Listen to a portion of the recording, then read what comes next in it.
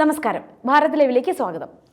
പാർത്ഥ, ഇപ്പോൾ നിലമ്പൂർ ഉപതെരഞ്ഞെടുപ്പ് അനുബന്ധിച്ച് ഇടതും വലതും, അതായത് UDF-ഉം LDF-ഉം അവരെല്ലാം മതേതരത്വം മുറുകെ പിടിക്കുന്നവരാണ്. ആ രീതിയിലാണ് വോട്ട് അഭ്യർത്ഥിക്കുന്നതും പ്രവർത്തനം എല്ലാം.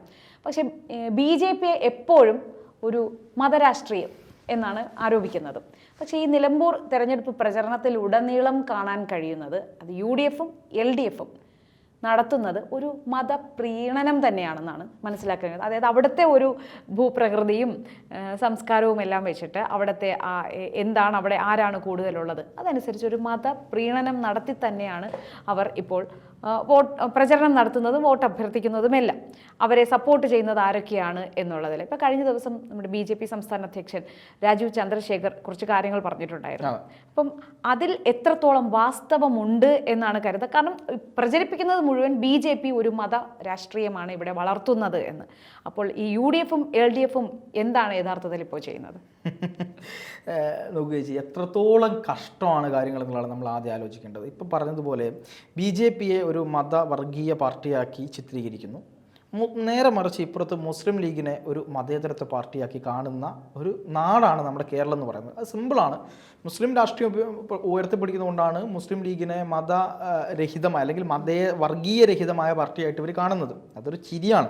സത്യത്തിൽ മുസ്ലിം ലീഗിൽ മതേതരത്വ മനോഭാവമുള്ള ആളുകളുണ്ട്, ഇല്ല എന്ന് പറയുന്നില്ല. CH മുഹമ്മദ് കോയെ പോലുള്ള ആളുകളൊക്കെ ഉണ്ടായിരുന്നു. പക്ഷെ ലീഗ് ബേസിക്കലി ഒരു മതത്തിൻ്റെ ആശയങ്ങൾ ഉയർത്തിപ്പിടിക്കുന്ന ഒരു പാർട്ടിയാണെന്നുള്ള കാര്യത്തിൽ സംശയമില്ല. PDP, ജമാഅത്തെ ഇസ്ലാമി ഇവരെയെല്ലാം പുകഴ്ത്തി പറയുന്ന നിലപാടാണ് ഇപ്പോൾ UDF-ഉം LDF-ഉം എല്ലാം സ്വീകരിച്ചിരിക്കുന്നത്. അതെ, തീർച്ചയായും ഞാൻ അതിലേക്കാണ് വരുന്നത്. ഞാൻ ബേസിക്കലി ഇവരെ ഒരു UDF-ലുള്ളൊരു ഘടകകക്ഷിയെ തന്നെയാണ് പറഞ്ഞത്. അവിടെ അത്തരത്തിലുള്ള സമീപനമാണ് ഇപ്പോൾ സ്വീകരിക്കുന്നത്. ഇനി നേരെ മറിച്ച് ഇപ്പം നിലമ്പൂർ ഉപതെരഞ്ഞെടുപ്പ് നമ്മുടെ മുന്നിൽ കാണിച്ചു തരുന്ന ചില ഉദാഹരണങ്ങളുണ്ട്. ആ ഉദാഹരണം എന്ന് പറയുന്നത് യഥാർത്ഥത്തിൽ ആരാണ് വർഗീയവാദികൾ. വർഗീയവാദം എന്ന് 24 മണിക്കൂറും പറഞ്ഞുകൊണ്ടിരിക്കുകയും അത് ഒരു ഭാഗത്തേക്ക് മാത്രം കോൺസെൻട്രേറ്റ് ചെയ്ത്, അതായത് BJP-യിലേക്ക് മാത്രം കോൺസെൻട്രേറ്റ് ചെയ്ത് അവിടെ മാത്രം ഉപയോഗിക്കുന്ന ഒരു രീതിയാണ് ഈ പറയുന്ന ഒരു LDF-ഉം UDF-ഉം ചെയ്തുകൊണ്ടിരിക്കുന്നത്. പക്ഷെ നിലമ്പൂർ എത്തിയപ്പോൾ ഈ കാഴ്ചകളെല്ലാം അങ്ങ് തകിടം മറിയുന്ന ഒരു കാര്യമാണ് നമ്മൾ കാണുന്നത്. കാര്യം ഞങ്ങളുടെ കൂടെ കൂടുന്ന ആൾക്കാർക്ക് വർഗീയതയേ ഇല്ല, വർഗീയത എന്നത് ഞങ്ങൾ കണ്ടിട്ട് പോലുമില്ല, അവർ അങ്ങനെ വർഗീയതയെ പറഞ്ഞിട്ടില്ല എന്ന നിലയിലേക്കാണ് കാര്യങ്ങൾ പോകുന്നത്. ഒന്ന്, CPM PDP-യുടെ പിന്തുണ സ്വീകരിച്ചിരിക്കുന്നു. PDP-യെ പറ്റി പറയുന്നത് അവർ പീഡിത പാർട്ടിയാണ് എന്നുള്ളതാണ്. അവരെ ആരോ പീഡിപ്പിച്ചു, അതുകൊണ്ടുണ്ടായിട്ടുള്ള പാർട്ടിയാണ് PDP എന്നാണ്. ഞാൻ ആലോചിക്കട്ടെ, കേരളത്തിൻ്റെ തെരുവുകളിൽ ഇത്രയധികം വർഗീയ പ്രസംഗങ്ങൾ നടത്തിയിട്ടുള്ള ഒരു വ്യക്തി വേറെ ഏതെങ്കിലും ഉണ്ടോ എന്ന് ചോദിച്ചാൽ ഉറപ്പിച്ച് പറയാൻ കഴിയും, അബ്ദുൾ നാസർ മദനിയെ പോലെ വേറെ ഒരു വ്യക്തിയും ഉണ്ടായിട്ടില്ല എന്നുള്ളതാണ്. മദനിയുടെ പ്രസംഗം കേൾക്കാത്ത യുവതലമുറയിലെ സഖാക്കന്മാർ ഒന്ന് ഫേസ്ബുക്കിലോ അല്ലെങ്കിൽ യൂട്യൂബിലോ എടുത്തിട്ട് ഇപ്പോൾ അവൈലബിൾ ആയിട്ടുള്ള പ്രസംഗം, യൂട്യൂബും ഫേസ്ബുക്കും ഒരുപാട് പ്രസംഗങ്ങൾ നീക്കി കളഞ്ഞിട്ടുണ്ട്. ഇനി അതല്ലാതെ കിട്ടാത്ത പ്രസംഗങ്ങളുണ്ട്. ഇനി അവൈലബിൾ ആയിട്ടുള്ള പ്രസംഗങ്ങൾ എടുത്ത് പരിശോധിച്ചാൽ നിങ്ങൾക്ക് കാണാൻ കഴിയും എത്രത്തോളം മാരകമായ വിഷമാണ് ഇയാൾ പ്രസംഗിച്ച് നടന്നത്. അതൊക്കെ പഴയ കാര്യങ്ങളാണെന്നല്ലേ പറയുന്നത്? അതെ, പഴയ കാര്യങ്ങളാണ്.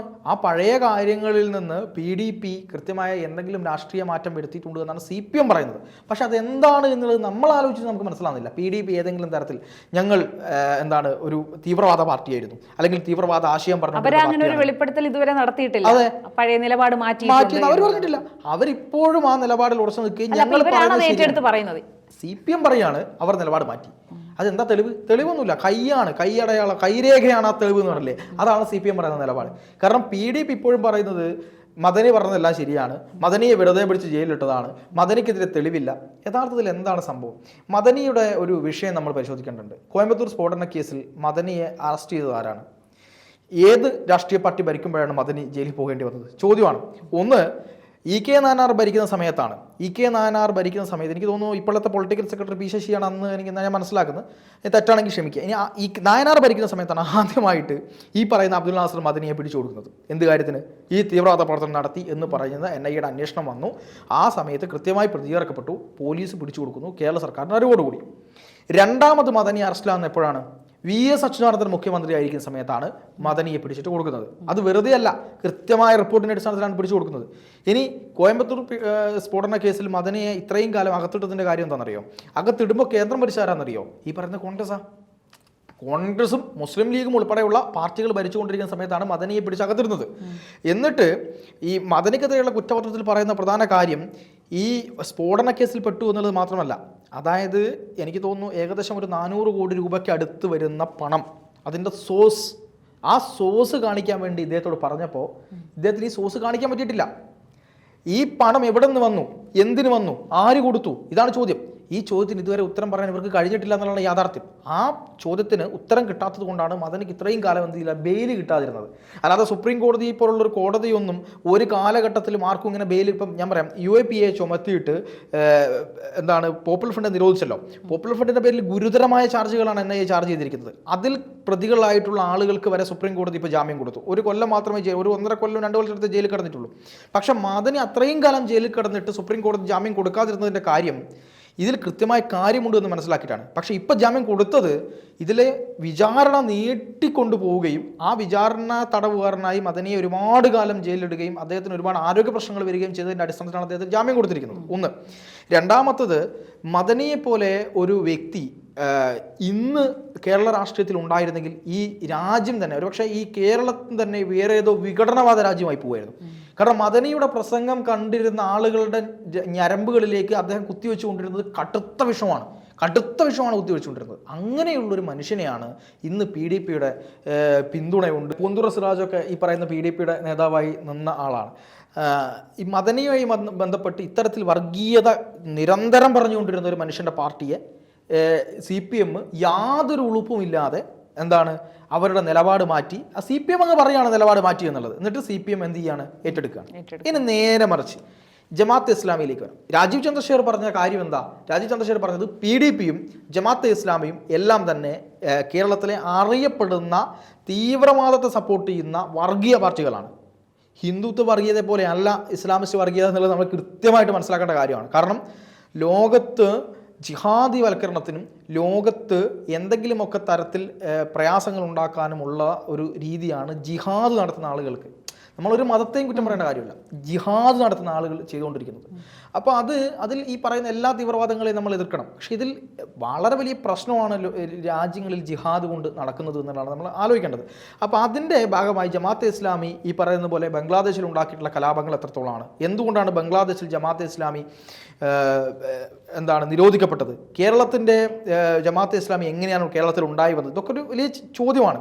ഈ ജമാഅത്തെ ഇസ്ലാമിയുടെ ചാനലാണ് ഇപ്പം വലിയ കോമഡി അവതരിപ്പിച്ചുകൊണ്ടിരിക്കുന്ന ഒരു ചാനൽ, മുക്കാൽ എന്നൊക്കെ പറയുന്ന ഒരു ചാനൽ. ആ ചാനൽ ഇപ്പം കേരളത്തിൻ്റെ പൊതുരംഗത്ത് അടിച്ചുവിടുന്ന വർഗീയത എത്രത്തോളമാണ് എന്നുള്ളത് നമുക്ക് കൃത്യമായി മനസ്സിലാവും. പബ്ലിക്കായിരുന്നു വർഗീയത പറയുകയാണ്, എന്നിട്ട് പറയും ഞങ്ങളാണ് ഏറ്റവും വലിയ മതേതരവാദികൾ എന്ന് പറയുന്ന ചാനലാണത്. ഇപ്പോൾ അവർ കോൺഗ്രസിന് പിന്തുണ പ്രഖ്യാപിച്ചപ്പോൾ കോൺഗ്രസ് ആ പിന്തുണ സ്വീകരിച്ചു. അപ്പോൾ കോൺഗ്രസിൻ്റെ കാലങ്ങളായിട്ടുള്ള മതേതര നിലപാട് എന്ന് ഇവർ പറയുന്ന നിലപാട് എവിടെ പോയി? ഇത് വലിയ ചോദ്യമല്ലേ. ഈ കോൺഗ്രസും CPMും നിരന്തരമായി ഞങ്ങൾ മതേതര പാർട്ടികളാണ്, ഞങ്ങൾ മതേതരത്വത്തിന് വേണ്ടി പറയുന്ന ആൾക്കാരാണ്, ഞങ്ങൾക്ക് വലിയ മതേതരത്വമാണ് എന്നുള്ളത് എന്ന് പറയുന്ന ഇവർ ഈ പറയുന്ന ജമാഅത്തെ ഇസ്ലാമിയുടെ പിന്തുണ സ്വീകരിക്കുമ്പോൾ കോൺഗ്രസ് പറയുന്നത് ജയിക്കാൻ വേണ്ടി ഞങ്ങൾ ആരുടെ പിന്തുണയും സ്വീകരിക്കും എന്നാണ് പറയുന്നത്. അപ്പോൾ ഇവർക്ക് വർഗീയതയില്ല, ഇവർ നല്ലവരായി മാറി. പക്ഷേ BJP എന്നും വർഗീയ പാർട്ടിയാണ്. ഇതല്ലേ നമ്മൾ ആലോചിക്കേണ്ടത്. എന്നിട്ട് പറയുന്നു, അവിടെയും ഏറ്റവും വലിയ പ്രശ്നം CPM പറയുകയാണ് ജമാഅത്തെ ഇസ്ലാമിയുടെ പിന്തുണ കോൺഗ്രസ് സ്വീകരിച്ചിരിക്കുന്നു, ഇത് വലിയ പ്രശ്നമാണ്. നിങ്ങൾക്ക് ഉളുപ്പുണ്ടോ? നിങ്ങൾ ഈ പറയുന്നത് പോലെ വലിയ രീതിയിലുള്ള തീവ്രവാദികളുടെ സപ്പോർട്ടാണ് നിങ്ങൾ വാങ്ങുന്നത് എന്നൊക്കെ പറയുകയാണ്. ഞാൻ ചോദിക്കട്ടെ, ഇത്രയും കാലം 2009 തെരഞ്ഞെടുപ്പ് മുതൽ ജമാഅത്തെ ഇസ്ലാമിയുമായിട്ട് കൂടിക്കാഴ്ച നടത്തിയത് CPMൻ്റെ സംസ്ഥാന സെക്രട്ടറി പിണറായി വിജയനാണ് എന്ന് ജമാഅത്തെ ഇസ്ലാമിയുടെ അമീർ കഴിഞ്ഞ ദിവസവും വ്യക്തമാക്കിയിട്ടുണ്ട്. എത്ര കാലങ്ങളിലാണ് ജമാഅത്തെ ഇസ്ലാമി CPMന് സപ്പോർട്ട് കൊടുത്തത് എന്നുള്ള കാര്യം കൂടി നമ്മൾ ആലോചിക്കണം. അത് ആലോചിച്ചിട്ട് മാത്രമേ പറയാൻ പാടുള്ളൂ. അപ്പോൾ CPMന് സപ്പോർട്ട് കൊടുക്കുമ്പോൾ ജമാഅത്തെ ഇസ്ലാമി വളരെ മികച്ച സുന്ദരമായ പാർട്ടി, കോൺഗ്രസിന് സപ്പോർട്ട് കൊടുക്കുമ്പോൾ ജമാഅത്തെ ഇസ്ലാമി വർഗീയ പാർട്ടി. ഇനി കോൺഗ്രസ്സുകാരാണെങ്കിലോ CPMന് ജമാഅത്തെ ഇസ്ലാമി സപ്പോർട്ട് കൊടുക്കുമ്പോൾ ജമാഅത്തെ ഇസ്ലാമി മോശം, ജമാഅത്തെ ഇസ്ലാമിസ്റ്റുകൾ അങ്ങനെയൊക്കെ പറയും. നേരെ തിരിച്ച് അവർക്ക് സപ്പോർട്ട് കൊടുക്കുമ്പോൾ അവർ വളരെ മനോഹരമാണ്.